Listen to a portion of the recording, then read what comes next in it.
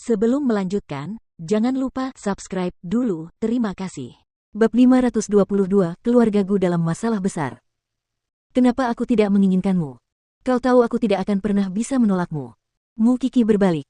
Ketika dia melihat hasrat di mata Seng Xiao, dia jatuh cinta padanya sekali lagi. Bagaimana mungkin aku sangat mencintaimu? Ciuman penuh gairah datang bagai badai. Dan air di bak mandi mendingin secara bertahap. Karena khawatir Mu Qixi mungkin masuk angin, Seng Xiao menariknya keluar dari bak mandi dan menggendongnya ke tempat tidur. Mu Qixi benar-benar kelelahan saat itu. Dia hampir tidak bisa bicara lagi. Xiao Xiao, aku akan tidur sekarang. Aku mengambil cuti dari belajar untuk pergi ke laboratorium forensik besok. Karena keluargaku akan datang besok. Seng Xiao sedang memainkan jari-jarinya. Atau setidaknya itulah yang tampak dilakukannya. Sebenarnya, dia sedang mengukur jarinya untuk mendapatkan ukuran cincin yang tepat. Saat itulah dia menyadari bahwa tangannya yang dimaksudkan untuk membedah tubuh tampak semakin ramping. Keesokan paginya, cuaca cerah dan cerah. Mu Qixi pergi ke laboratorium forensik dengan mobil suaminya. Dia tiba di tempat itu sebelum keluargaku. Sementara itu, polisi bekerja dengan efisien. Mereka pergi ke taman hiburan yang dibangun keluargaku dengan surat perintah penggeledahan pagi-pagi sekali. Namun, taman hiburan itu meliputi area yang luas. Mustahil bagi mereka untuk mendapatkan apapun dalam waktu sesingkat itu. Pada pukul 9, Gu Ziling menemani pamannya ke kantor polisi. Melihat Mu Qixi di sana, dia mencibir. Jika aku tidak salah, kamu masih seorang mahasiswa. Tapi kamu ada di sini. Apakah kamu masih mengatakan bahwa kamu tidak menargetkan keluarga Gu? Bukannya aku bersedia berada di sini. Tapi kita semua tahu bahwa kalian, keluarga Gu, suka memamerkan kekayaan dan bersikap sombong.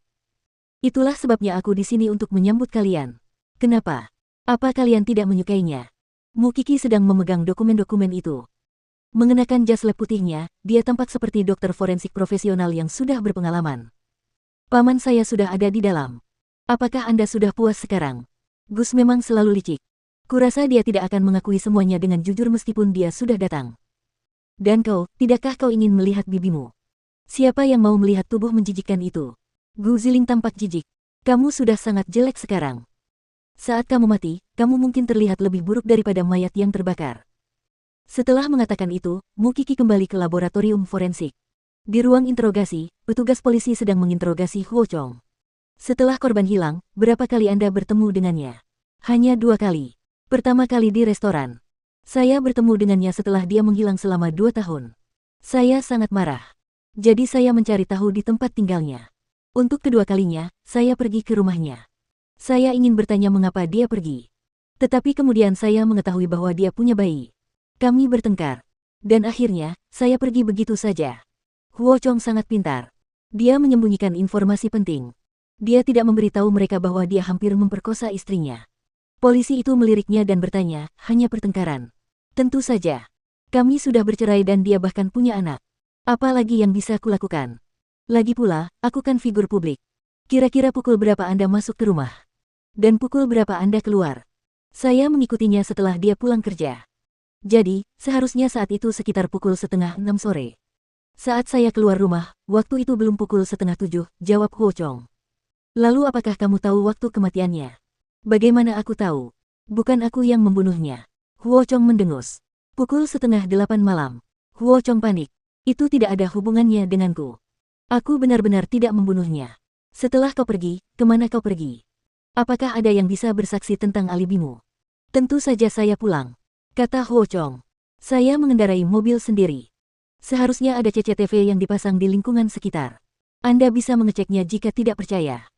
Mengapa kamu tidak memberitahu polisi tentang hal ini ketika kami mendatangimu terakhir kali? Saya tidak membunuh siapapun. Merupakan kebebasan saya untuk tidak mengatakannya, bukan? Saya benar-benar benci cara polisi menangani kejahatan. Gu adalah nama besar dan berkuasa di Jianchuan. Saya tidak ingin mencoreng reputasi keluarga Gu karena kasus ini, kata Huo Chong. Jadi, maksudmu kau melakukannya demi reputasi keluarga Gu, kan? Tentu saja. Jika keluarga Gu terlibat dalam skandal, itu hanya akan merugikan saya. Saya tidak ingin kehilangan kekayaan dan kejayaan saya. Polisi yang menginterogasinya memasang ekspresi aneh. Saya khawatir polisi tidak dapat mengabulkan permintaan Anda. Dampak kasus ini terhadap Anda tidak akan hilang begitu saja bahkan setelah Anda datang untuk memberikan pernyataan. Apa maksudmu? Apakah kau mengingkari janjimu sekarang? Kau berjanji padaku bahwa kau tidak akan mempublikasikan kasus ini jika aku datang untuk memberikan pernyataan. Pihak lain memukul meja dan menatap Huo Chong. Polisi akan mencari tahu kebenarannya, tidak peduli apakah Anda tidak bersalah atau tidak. Selain itu, Anda tetap menjadi tersangka utama karena polisi telah menemukan lokasi kejahatan utama di lokasi konstruksi keluarga Gu. Pembunuhan itu terjadi di sana. Mata Huo Chong terbuka lebar karena terkejut. Apa? Kau bisa kembali sekarang? Polisi akan mengirim seorang petugas untuk mengikutimu. Satu-satunya pilihanmu sekarang adalah bekerja sama dengan kami jika kau ingin membersihkan namamu. Kau tidak menginginkan itu. Huo Chong menggumamkan sesuatu dengan suara pelan. Dia mengutuk perempuan jalang itu karena telah menyebabkan banyak masalah padanya setelah dia meninggal. Kemudian, Huo Chong keluar dari ruang interogasi. Gu Ziling dengan cepat bertanya, apakah kamu sudah menjelaskan semuanya? Ziling, keluarga Gu sedang dalam masalah besar. Gu Ziling terkejut. Dia bingung. Apa hubungannya dengan kita? Polisi menemukan tempat kejadian perkara utama berada di taman hiburan di tepi pantai. Gu Ziling mundur beberapa langkah karena terkejut. Apa salah keluarga Gu? Kenapa kami harus mendapat masalah hanya karena kamu? Ziling, aku tidak bersalah. Mendengar percakapan mereka, Mu Qi melangkah maju dan berkata, sederhana saja. Itu karena kalian, keluarga Gu, sengaja mencoba menyembunyikan kebenaran yang telah memperumit masalah ini. Kalau saja kalian bekerja sama lebih awal, kasus ini mungkin sudah terpecahkan. Namun, kalian memilih untuk menghentikan penyelidikan sebagai gantinya. Bahkan jika kalian memiliki pertimbangan sendiri ketika memilih untuk tidak bekerja sama di awal, pada titik ini, jika aku jadi kalian, aku akan secara terbuka menyatakan dukungan dan kerja samaku dengan polisi. Kalau tidak, jika keadaan menjadi buruk, itu mungkin menjadi lebih serius daripada penyakit ayahmu. Mu Qi, jika keluarga Gu mempublikasikan ini, tamatlah riwayat kami. Itu bukan keluargamu, tentu saja, kamu tidak akan merasakan penderitaan itu. Jangan mengejek kami di sini. Kamu menginginkan kebangkrutan keluargaku, bukan? Bentak Gu Ziling. Terserah. Polisi akan menyelesaikan kasus ini cepat atau lambat. Lagi pula aku ini kakak iparmu yang kedua. Apa kau harus memaksaku ke tebing? Sejujurnya, kamu tidak ingin menjadi kakak iparku, kan? Mu Qi bertanya balik. Hanya karena pertengkaran di acara makan malam amal, kau menyimpan dendam padaku. Kau membenciku karena mengincar Seng Xiao. Itulah sebabnya kau terus menggangguku. Kamu terlalu banyak berpikir. Bahkan jika Xiao Xiao menurunkan standarnya, dia tidak akan pernah menyukaimu. Setelah mengatakan itu, Mu Qi meninggalkan kantor polisi. Karena interogasi sudah selesai, dia harus kembali ke kampus.